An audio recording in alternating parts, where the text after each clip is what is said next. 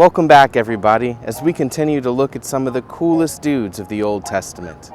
Today we're going to be continuing with part 2 of Abraham, initially known as Abram, and how he became the key to everything.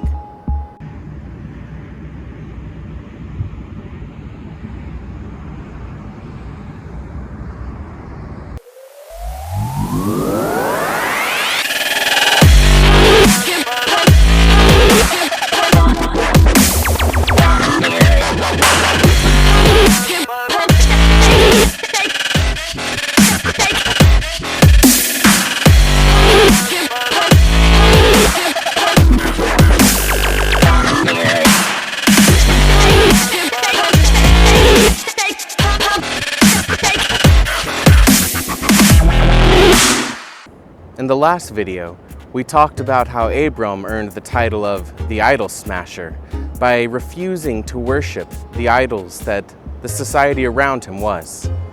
And because of this, because of his refusal to worship false gods or idols, the true God made a promise to him.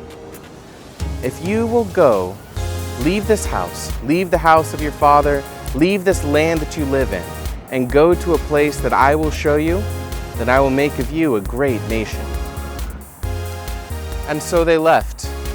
Abram, taking his wife Sarai and his nephew Lot and all of his household, and went to the place where God told them.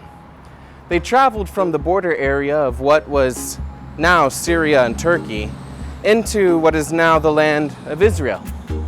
And once there, God makes another promise. He tells Abraham that he's going to give him many children, many offspring.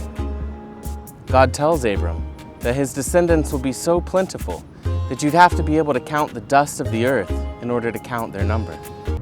10,012, 10,013, 10,000. Oh man. 1, 2, 3. Not long after this, after a brief, rushed patch of time, God speaks to Abram again in a vision and tells him, "Fear not, for I am your shield, and your reward will be great." Now, Abram was not a young man. He was 75 years old when God asked him to leave his homeland.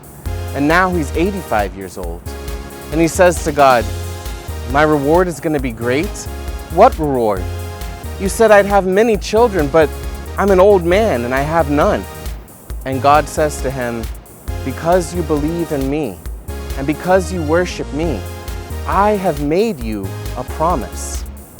Go outside and count all the stars of the heavens. That's how many descendants you will have." Wary but trusting, Abram puts all of his faith in God, that he will keep his promise. I mean, he is God after all.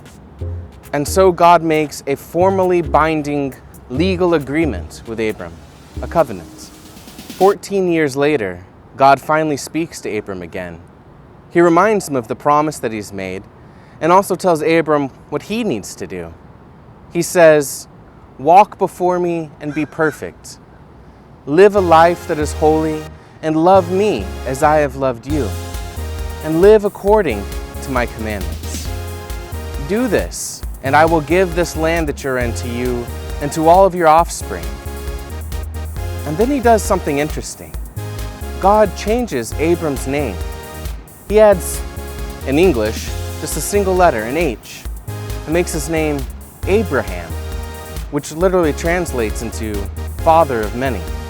And if that's not enough, God tells Abraham that his wife, Sarai, is going to have a baby. Now, Abraham is nearly 100 years old, and Sarai is 89. And God's telling him they're going to have a baby? Yup. Sure enough, within the year, Sarai gets pregnant and gives birth. And they named their son Isaac. And Isaac we'll learn about a little bit in the next video. Foreshadowing.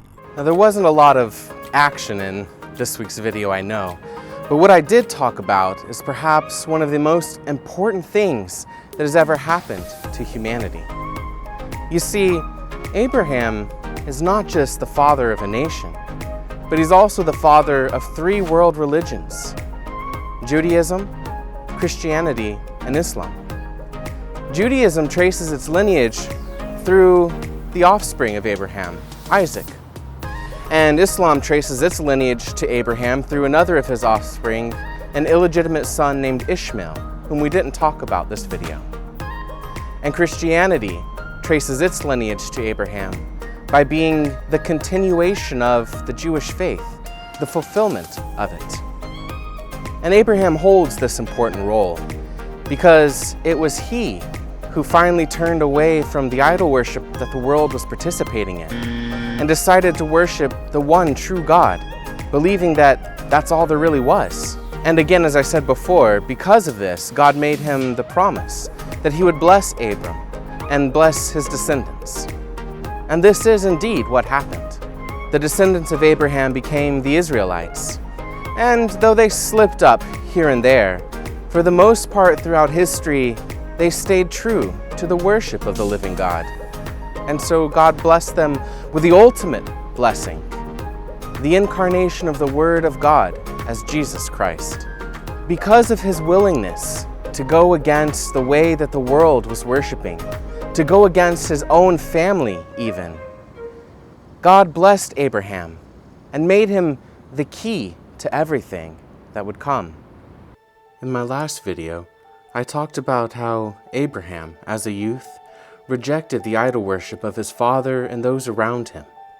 And in this video, we saw that it wasn't until Abraham was 100 years old that God fulfilled his promise to give Abraham a child through which he would bless the world. This means that for probably 70 or 80 years, Abraham was waiting, doing all the things that God asked him to in the meantime. He left his country to move to a place he didn't know. He had to endure a famine in the new land that he moved to.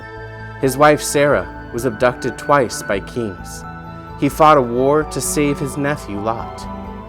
This and many other things he was forced to endure, but he never stopped believing that God would fulfill his promises.